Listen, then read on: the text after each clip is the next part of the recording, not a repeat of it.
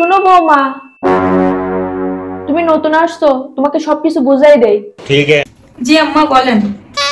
সকাল 7টার ভিতর নাস্তা রেডি করে ফেলবা। জি আম্মা। প্রতিদিন দুপুর 12টায় আমার গোসলের জন্য গরম পানি দিবা। আচ্ছা। আর হ্যাঁ, দুপুর 1টার আগে রান্না বাড়া শেষ করবা। ঠিক আছে আম্মা, আপনি যেভাবে বলবেন সেভাবে করব। কি ব্যাপার বৌমা, এখন বেলা কয়টা বাজে, এখনো নাস্তা হয়নি কেন? এত বেলা পর্যন্ত ঘুমায় থাকলে নাস্তা বানাবো কোন সময়? আমাকে কি দাসী মনে করেন নাকি? বলেন তো, প্রতিদিন তো ঠিক সময় নাস্তা দেয়, একটা দিন তো দেরি হইতেই পারে। এখন মাত্র 7:30 বাজে, আহামরি দেরি হয় নাই। দিয়ে বসেন, নাস্তা দিচ্ছি। এখনো দুপুরে রান্না শেষ হয়নি কেন? এখনো দেখে চুলায় তরকারি বসানো। রান্না শেষ হবে কখন আর সবাই খাবে কখন? সারাদিন তো কোনো কাজ কাম নেই, ওরা তো শুধু রান্না, তাও এত দেরি। সব এক একটা নবাবজাদি ঘরে নিয়ে আসছে। আমি কি রোবট নাকি?